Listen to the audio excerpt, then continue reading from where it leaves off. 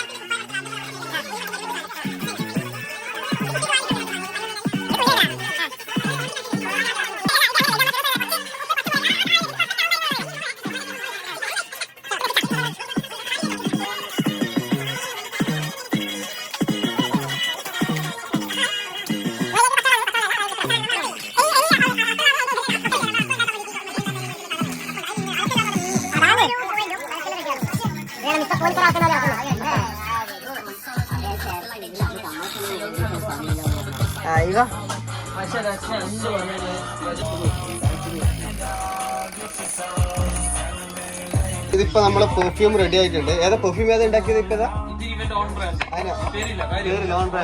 Okay, ഇതിന് നല്ല review പറഞ്ഞുകൊണ്ട് നമ്മൾ ഇതന്നെ ഉണ്ടാക്കിച്ചത്. ഇത് നമ്മളെ ഫ്രണ്ടാ, മോന്റെ കടയിൽ. ഇത് അസീബിന്റെ സ്പെഷ്യൽ സാധനം.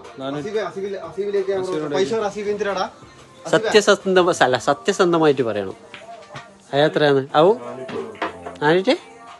420 ഒന്നിനല്ല, അല്ല സോറി 3 420 ഈച്ച്.